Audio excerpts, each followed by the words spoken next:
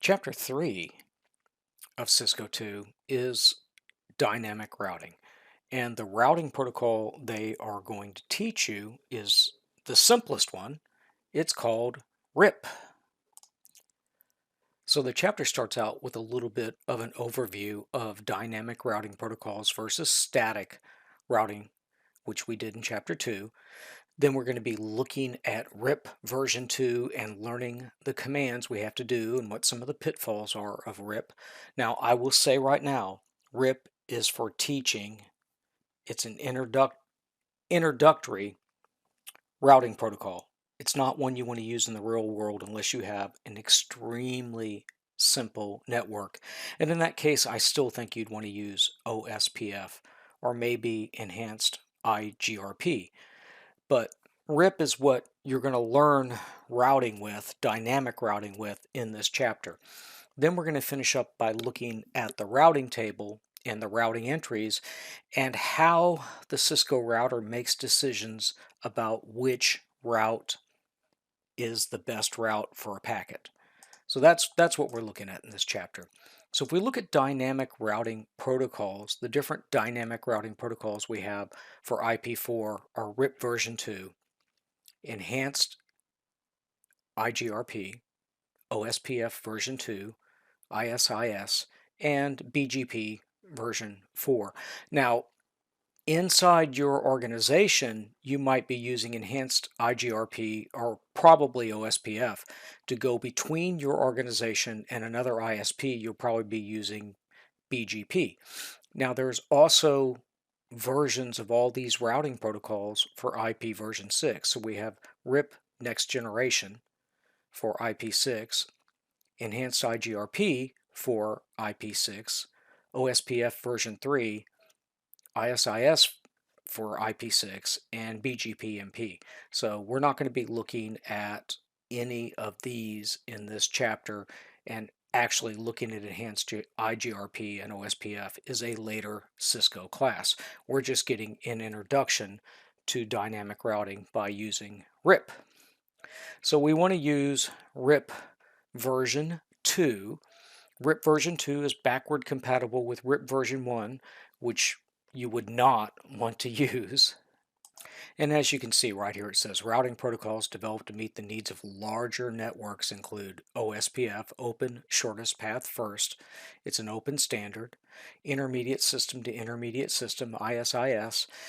Enhanced IGRP, which is an improved version of Cisco's IGRP, and Border Gateway Protocol used to go between different systems under different network administration systems. San Jacinto College is under one administrator, so to speak. It's all administered from one organization, but we would use BGP to go out to our internet service providers where we have those links onto the internet for each campus and the district office, etc., etc.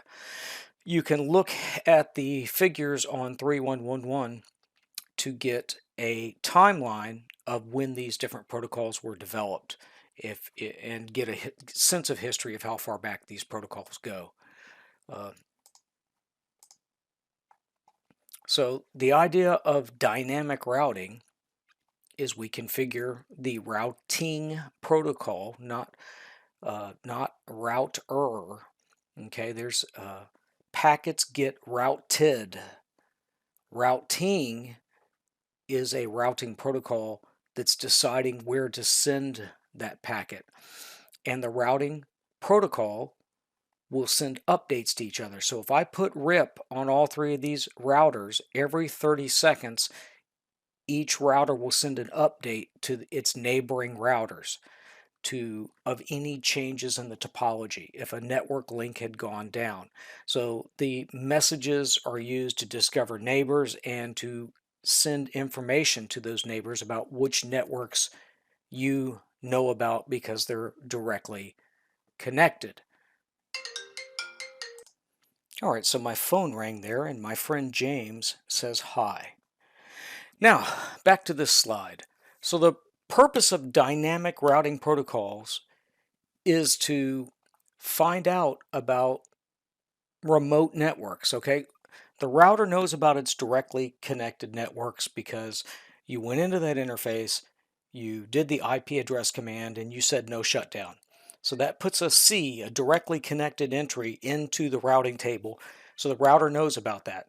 But it doesn't know about routes. If you're router 1, it does not know about routes on router 2 or router 3. It doesn't know about the networks on those because this is the only network router 1 knows about, and this is the only network router 1 knows about. It doesn't know about any of the other networks that are beyond the directly connected. That's what the routing protocol does. It sends its router 1 is going to send its directly connected networks to router 2 and router 3 so router 2 and 3 can learn about it, and vice versa. They send each other updates.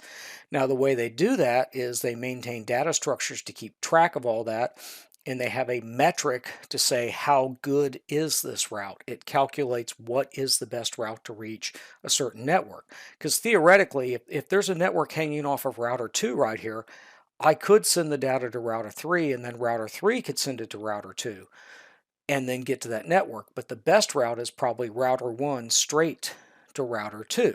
So not only does the routing protocol find out the routes, but it evaluates the best route to that destination. And we can look at this animation on 3.1.1.2. And here's the animation. So router 1 is sending updates to routers 2 and 3, and of course router 2 is going to send updates, and router 3 will send updates as well.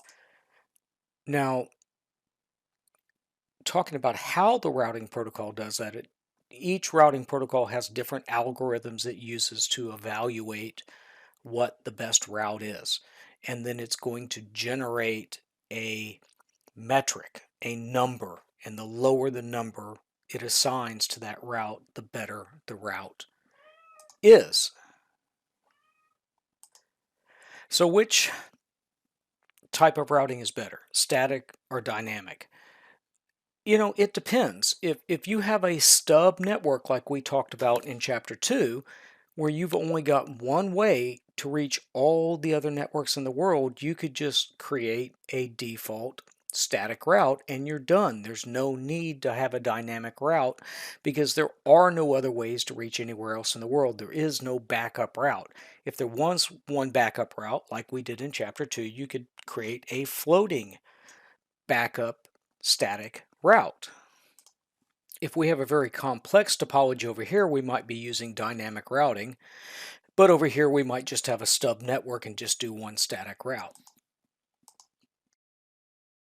Chapter 2, we talk some about the advantages and disadvantages of static routing versus dynamic routing. We're revisiting that again in Chapter 3. Dynamic routing, if we have this complex of a network trying to set up all these static routes by hand, and then if something goes down, we have to go in by hand and try to change it. This is where you want to use dynamic routing when your network gets complex, because when you have all the routers configured with the routing protocol, they will exchange routes, they will keep each other up to date, and everything will work automagically, so to speak. So I mean, like the dynamic routing protocol is not only putting the best route in the routing table, it is also calculating what's my backup route, what's my standby route, and if the best route goes down, it then puts the next to best route in the routing table to take over. So it automatically implements an alternate path when a link goes down. Now there's a little drag and drop, a clicky activity on 3125. Do that a couple times to make sure you know which of these are the advantages of static versus dynamic routing. And now we're ready to actually talk about how you implement RIP version 2 on a router. So the basic command to get started is, config T, configure from the terminal, and then you're going to issue the command router RIP.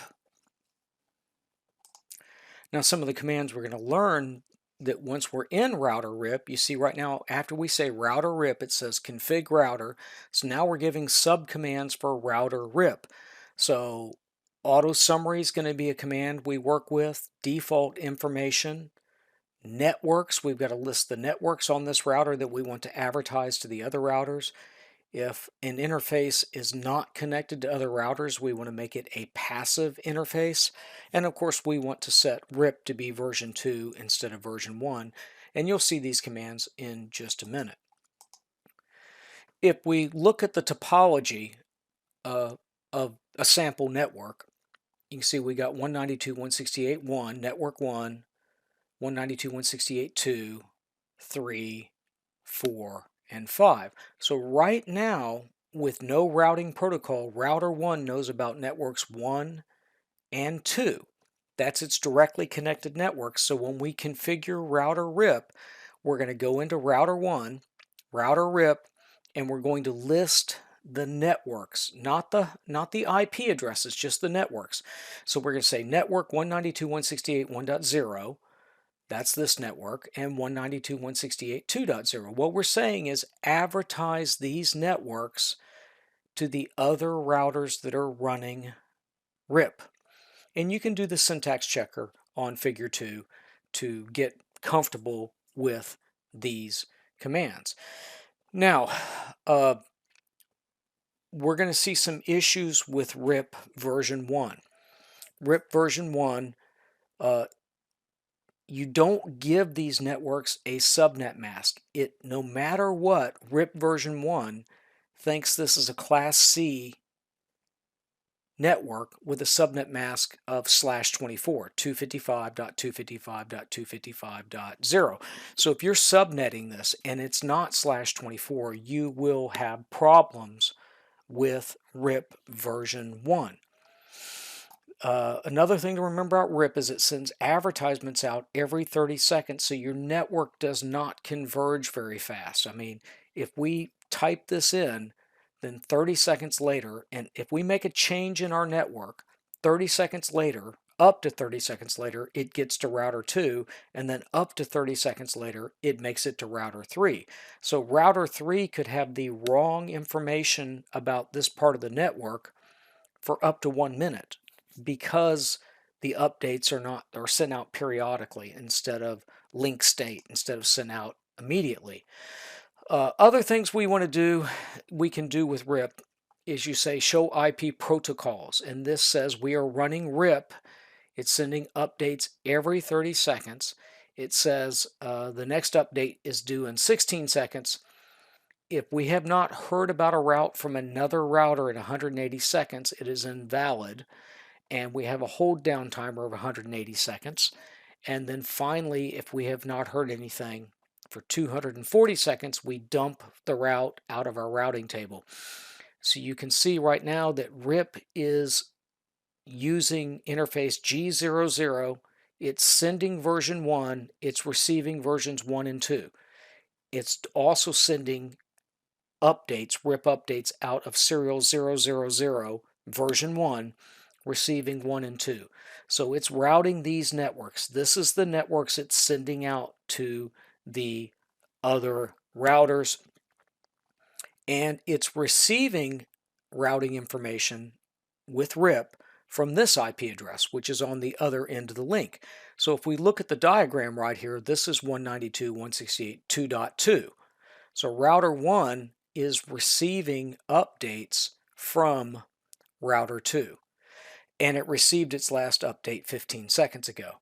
Now, if I say show IP route, we can see the directly connected networks for router 1, 192.168.1.0 and 192.168.2.0. That's my two directly connected networks, this one and this one.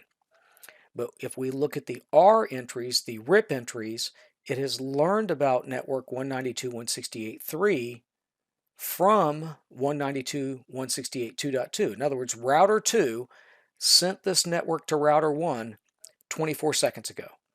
It also sent 192.168.4.0 and 5.0. So it's saying if you want to reach network 3, 4, or 5, send the packet to 192.168.2.2. And R is RIP. So if we want to reach any other network from router 1, we send it to 2.2, 192.168.2.2, because router 2 told me about network 3, network 4, and network 5. And router 2 learned about network 5 from router 3. So if we look at the administrative distance and the metric for RIP, RIP uses hop count. How many devices does the packet need to go through? So RIP says network 192.168.3 is one hop away, which is true. It just has to send it to router 2. And network 192.168.4 is one hop away. Now, network 5, 192.168.5, is 2 hops away. And if you look at the topology, it's 2 hops away. Network 5 has a metric of 2. Now, the administrative distance for RIP is always 120. Directly connected to 0, static routes are 1, and RIP is 120. So the next command we want to do with RIP is use version 2. So if I say router RIP, you say version 2, and now you're sending version 2 and you're receiving version 2. That's all there is to it. And then you can say show IP protocols to see what you're sending and receiving. That's what they did right here, show IP protocols. Or you can say show IP route to see what RIP version 2 routes are in your router table. And there is a syntax checker, so you can practice this command on figure 4. All right, another very important command for RIP. When you're on version 2, you want to make sure you do router RIP version 2, and then you want to say no auto summary.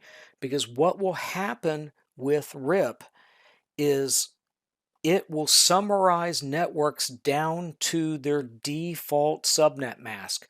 So like if you have networks that are 172.30, 172.31, no matter what you made the subnet mask for that, it's going to summarize all those networks together as 172.30 /16. I'm simplifying a little bit, but it's going to simplify it to a /16, and that can cause problems if you have subnetted 172.30.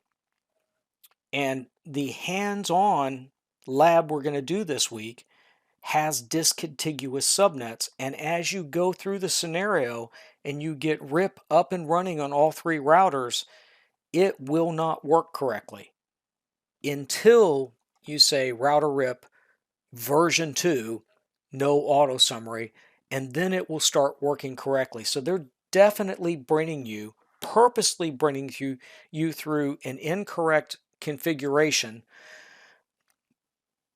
to show you how important it is to say no auto summary. In fact, let me jump out and let me bring the PDF for that lab up on the screen here.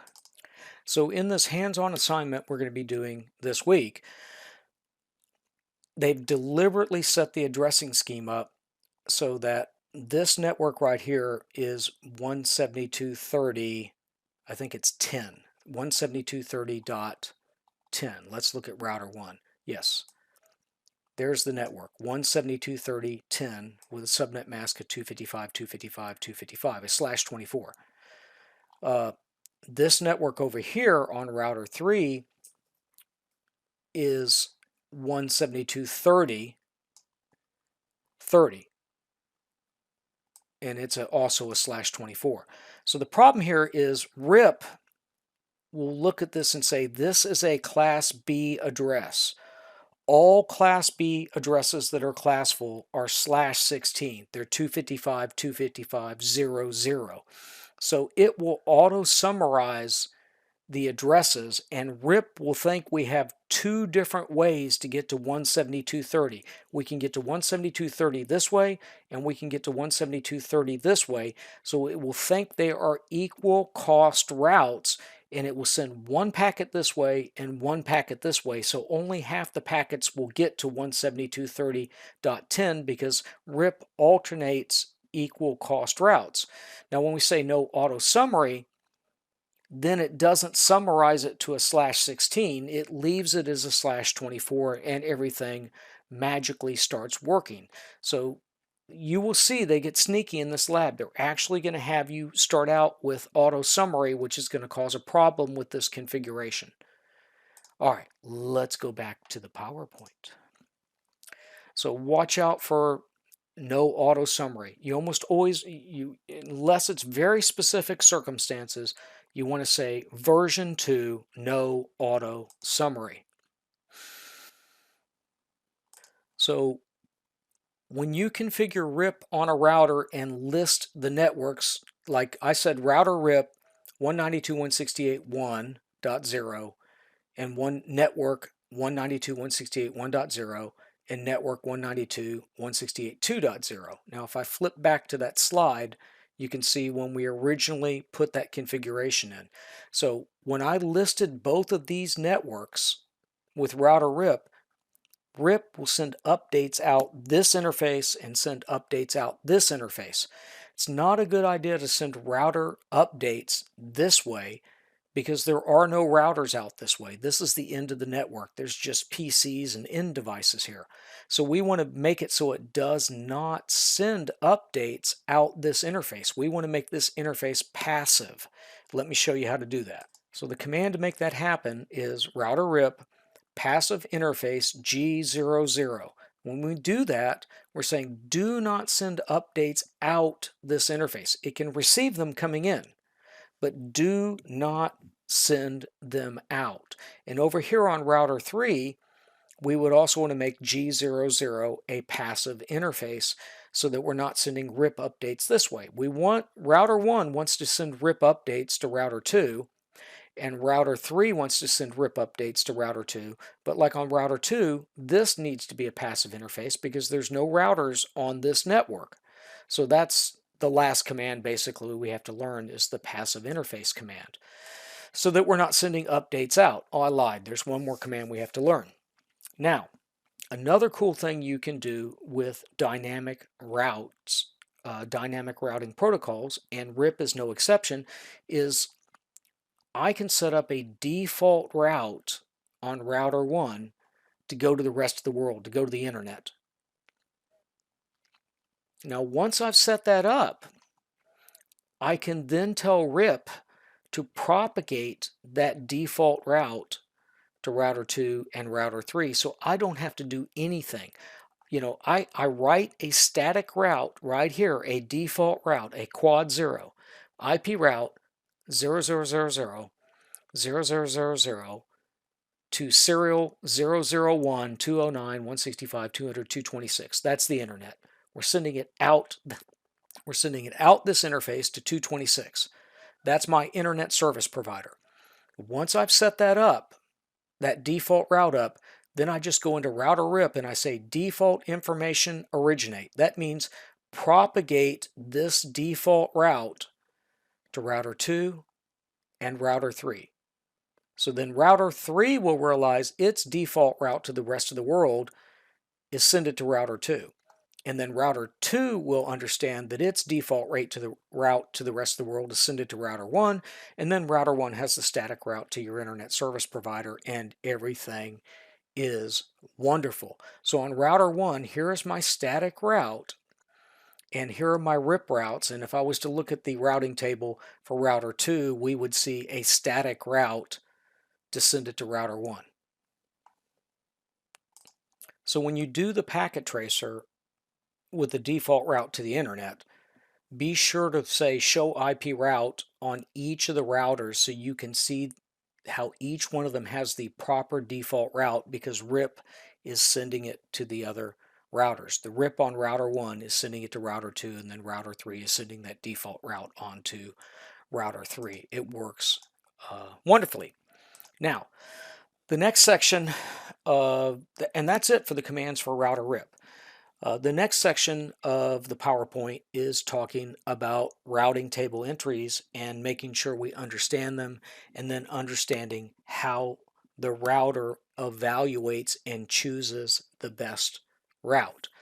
So here we are on router 1. We can see our default route and it says gateway of last resort. That is our default route to send it to the internet. We see it two ways. It will say gateway of last resort, and it will also say S for static route with an asterisk. The asterisk tells you it is the default route. Then we can see the directly connected routes, which these are the interfaces. This is the IP address. This is the networks for what is directly connected to router 1. So we're directly connected to 172.16.1, and we're directly connected to, let's see, where is it? Right here, 209.165.200.224. I believe that's to the internet. And then we have another directly connected 209.165.200.232. So no, I'm sorry, 224 is this link right here, and network 232 is this one right here. So we can see those entries. Now all the R entries we learned from router 2. They were sent to us. So router 2 said, here's information about 192.168.3. We learned about network 2 from RIP. We learned about network 3 from RIP and network 4 from RIP, and then 192.168.0.0 from RIP. So all these are RIP routes we learned about from the other routers. So R means RIP. If you look at the details, the directly connected entries start with a C. That gives you the network number. The L is a /32, so it's actually showing you the IP address that was put on the router for gigabit 00. So gigabit 00 has the IP address 172.16.1.1. It's network 172.16.1.0/24. So when I look at the routing table, I pretty much ignore the L entries. Now the other entries, the other letters we're interested in are S for static, R for RIP, O for OSPF, and D for enhanced IGRP.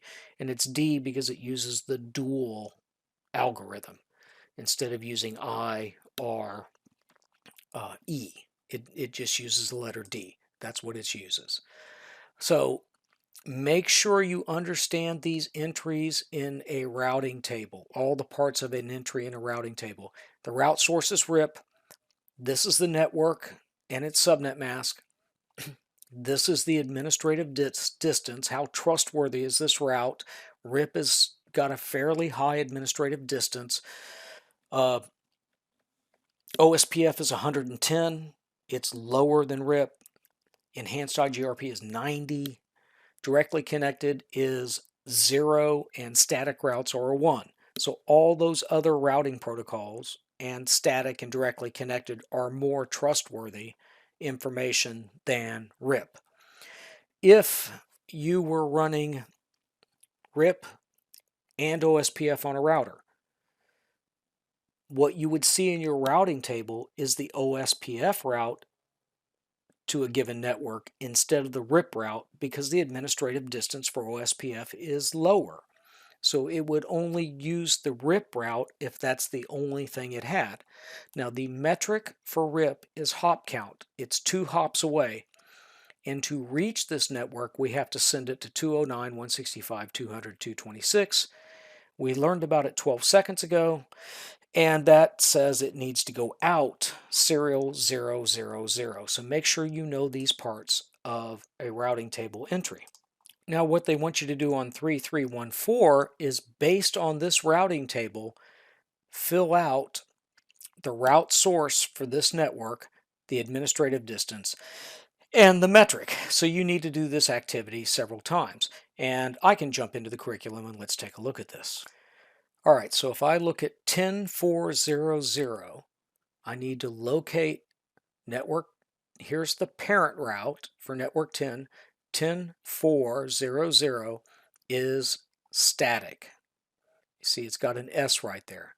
So static, that's going to make the administrative distance 1. And I believe the metric for static routes is always 0. Let me do a check. Oh, look at that. All right, let's look at this one, 172.16.2. So if I look through the routing table, here's the parent, 172.16. 172.16.2 2 is directly connected. So the administrative distance is going to be 0, and I believe the metric is also going to be 0. Oh, I'm doing wonderful. 172.16.3 is D. D stands for Enhanced IGRP. The administrative distance is 90. The metric is 217.2416. Oh, I'm on a roll. We might as well do the last two. 192, 168, 110. So here's 110. It is O, which is OSPF. The administrative distance for OSPF is 110, and the metric is 65. And last but not least, well, you know, maybe it's least. It is least because it's RIP. So R for RIP, the administrative distance of RIP is always 120, and the metric is 1 because it's 1 hop away. So do this a couple times to make sure you're comfortable with reading the routing table. Now, Cisco has terminology to talk about the IP4 routing table. They break the entries into level 1 routes, level 1 parent routes, and level 2 child routes. Okay?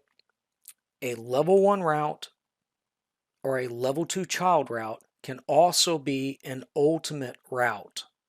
An ultimate route is a routing table entry that has a destination. So we will see that as we look through these slides. They make it more complicated than it is. Just remember that an ultimate route is something that says via. So this is an ultimate route because it says send it to this IP address which goes out serial 000. That is an ultimate route. This is an ultimate route because it is directly connected to serial 000. These routes have a way to leave the router. This is a parent route. It says 209.165.200.0, and these are all subnets of the parent route, and this is not an ultimate route because it doesn't say via. So these are child routes. And let's continue on. So an ultimate route in a routing table is an entry that contains either a next hop address and or an exit interface. So ultimate route, all these are ultimate routes. The two in white are not ultimate routes. Those are parent routes. Okay, so directly connected, dynamically, if you learn it from a routing protocol, a static route, those are all ultimate routes. Okay, level 1 routes. So a level 1 route could be just a network route, like a default route. It can be a supernet route where the subnet mask is a summary of child routes. Okay, that's a level 1 route. Or it could be a default route. So right here, we have a level 1 route, which is a static route, a default route, and we have a level 1 route that has an exit interface. This is also an ultimate route. So you can see these level 1 routes. Next slide. So a level 1 parent route, the example here is, and the reason this is done in the IP4 routing table is Cisco routers go back before VLSM, variable length subnet masks, subnetting. Before subnetting, the subnet mask of an address was determined by the first number, the range of the first number, Class A, Class B, Class C. The Cisco routing table still lists things in terms of the classful network. So 172 is a Class B, which would be a /16. Now, all these 172s are subnetted, as you can see, because this is a /24, that's a /24, 24, 28. So these have all been subnetted. So these are all the child routes of the parent level 1. So these are level 2 child routes, and they are ultimate routes because they have a destination. Okay, this is not an ultimate route because it has no destination. So this is a level 1 parent route, and then you see 209, 165, 200. Normally this would be a /24, but on this router it has been subnetted to /30, /30, /30. So these are the subnets of the parent network. That's just how it lists it. What we're interested in is what's the actual entry. And you also see it doesn't have a source in front of it if it's a parent route. So child routes are the subnets that show the true subnet mask of the IP address. So this is 172.16.1.0 is a /24. According to classful networking, it would be a class 16. So here's the parent. So this is how 172.16 has been divided up. It's been divided up into 172.16.1, 117.16.2, and 172.16.3 and 4.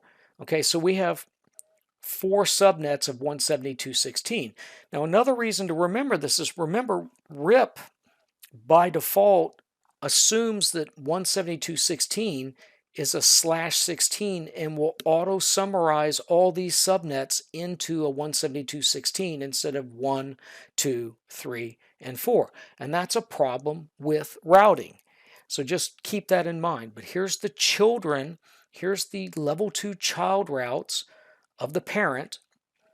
So think of this as a heading for everything that comes under 172.16. So down here, this is a heading for 209, 165, 200, which classful would be /24. So these have all been subnetted as well. It's just the way it organizes the routing table. So here is the parent route for 172.16, and these are the child routes. And then here is the parent route for 209, 165, 200, and here are the child routes. So level 2 child routes are ultimate routes. Now, level 1 parent routes are not ultimate routes. All right, so this exercise right here in the curriculum, we want to look at the routing table and see what type of networks these are. So let me jump into the curriculum. All right, so 0000, if we look right here, that's my gateway of last resort, and it's directly connected to serial 001. So this is a level 1 ultimate route. It's a level 1 because it has an exit. Okay, so far so good. I've got a nice little check mark there. Let's look at 192.168.3. So we're going to look through the routing table, and we see 192.168.3 /24. It is not indented. It has a C on it, so this is a level 1 route. Now here, 192.02.64, here's the parent route. So 192.02.64, that makes this a child route, and the child route is also an ultimate route, by the way. Now 192.020 is also a child route, a level 2 child route. And then finally 192.020, that's the parent of these 2 children. So that's a level 1 parent. See if I got it right. The drama builds. He shoots, he scores! Okay, back to the PowerPoint.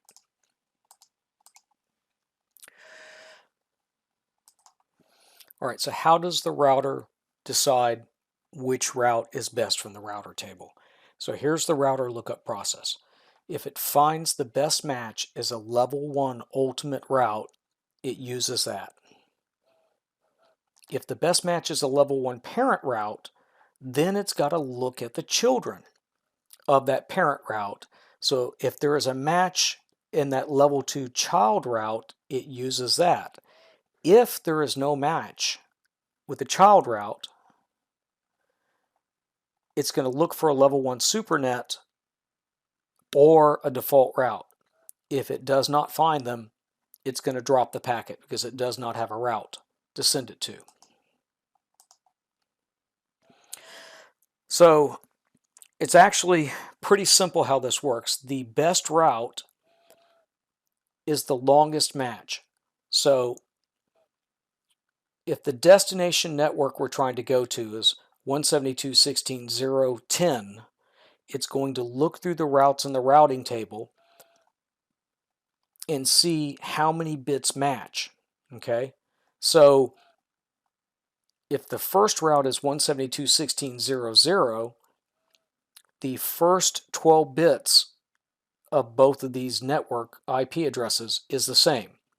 If it looks at the second route, and the second route in the routing table is a /18, not a /12, it is matching the first 18 bits. This is a better match than this.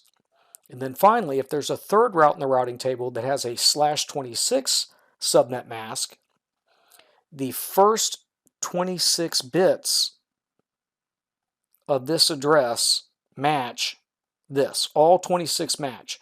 So even though it matches all 3 of these entries, this is the best match. So whatever exit interface or whatever destination IP address this route has is the one it will pick.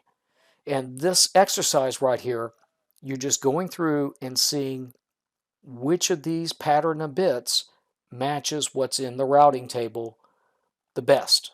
All right, so let's see if I can do this successfully. All right, so we're going to look at the binary of this first IP address, 172.17.90.83. So 172.17, these are all 172.17. So the first 16 bits are going to match. So now if I just kind of look at these bits right here, 0, 1, 0, okay, doesn't match right there.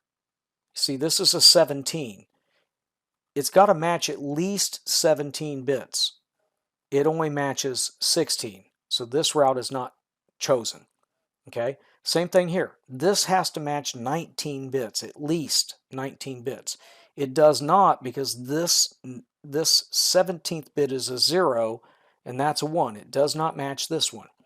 Okay, let's look at the third one. Once again, that's a 101 and this is a 0. It needs to match 19 bits. So it is not a match. Therefore, this is going to be going to the default route. All right, let's look at 172.17.165. So we know the first 16 bits match because they're all 172.17. But let's look at this bit pattern right here, 101. It does match. It matches 17 bits, so that one's in the running. Let's see if it matches more than 17 bits on one of these other routes. So 101 does not match 100, so it's not this route. But you see here it's 101, and here it's 101. So this IP address matches 17 bits here, but it matches 19 bits here. So that's the better route. That's what the router would pick. All right, let's continue. 172.17.124. First 16 bits match. We're looking for 011. We don't have a 0. It doesn't match 17 bits, doesn't match 19 bits, doesn't match 19 bits. This one's got to go to the default route because it didn't match anything. All right. Here we go. Once again, the first 16 bits match. Now we're looking for 101. It matches 17 bits, matches 18 bits right here, 10, but it doesn't match the 19th bit, which it has to. But here it matches 19 bits. So the best match is that one right there. Keep going. 100. So the 100 that matches 17 bits, but it's 100. This one matches 19 bits. So it's got to go right there. And finally, let's look at this one. 110. So it matches 17 bits. The 17th bit is a 1. It's 1, 1, so it does not match there. This is not a match for 19 bits. Remember, it's got to match at least 19 bits. It doesn't. It'd have to be 1, 1.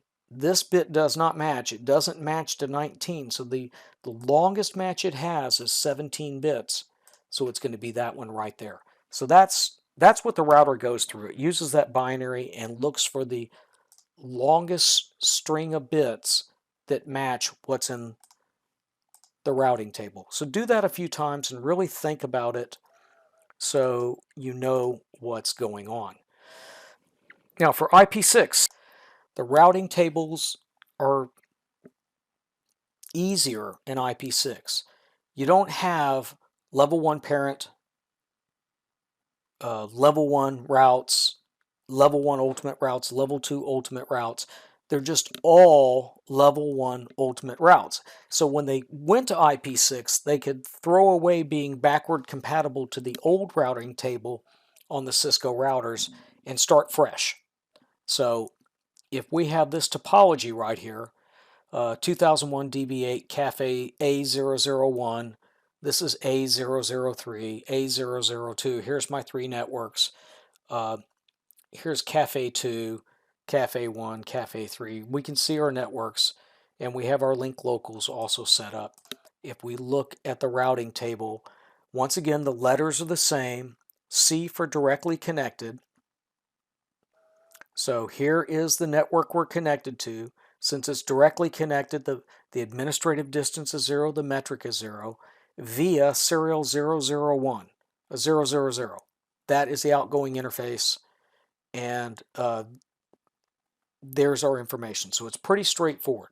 So once again, we have administrative distance and metric and outgoing interface, or outgoing IP address. So here is an enhanced IGRP entry in IP6. Here is the network we're trying to reach, Cafe 3. The administrative distance for enhanced IGRP is 90. Here is the metric. Remember, the lower the number, the better. And to reach that, we're going to send it to FE80::3. That's the IP address we're sending it to. And that means we're going out of serial 001. And this is on router 1. So to reach that network on router 1, we're sending it to FE80::3, which is this one right here. So to reach Cafe 3, we need to send it directly to router 3. So not a lot of differences here in the routing table other than the fact that we don't have parents and children's, and they're all ultimate routes. So we can go through this exercise as well. I'll let you do it. I won't show you this one. It's pretty straightforward. You're just going to look at these different entries. It's going to give you a scenario. It's going to give you 3 different scenarios. Okay, I lied. I'll do the first scenario on 3, 3, 4, 4. All right, so it's a little bit hard to see right here, but this is the network they're interested in. We're trying to reach this network, 2001 DB8 Cafe A001. So let's look through here and find A001. Here it is right here. If I got it 2001 DB8 Cafe A001, that is C, so it is directly connected. So if it's directly connected, we know the administrative distance is 0, and the outgoing interface is serial 000. Where did you go? There you go. And then I can check my work. So then you can do scenario number 2 and scenario number 3. I'll let you do those. And I do believe that has brought us to the end of chapter 3. And there it is. There is my ta-da slide, slide 40. And that brings us to the end of lecture 3. So we got some cool labs with RIP this week, and a packet tracer lab and a hands-on lab. And can't think of anything else, but if you have questions, please bring them up in the live session when we do that, or in class. Thanks a lot.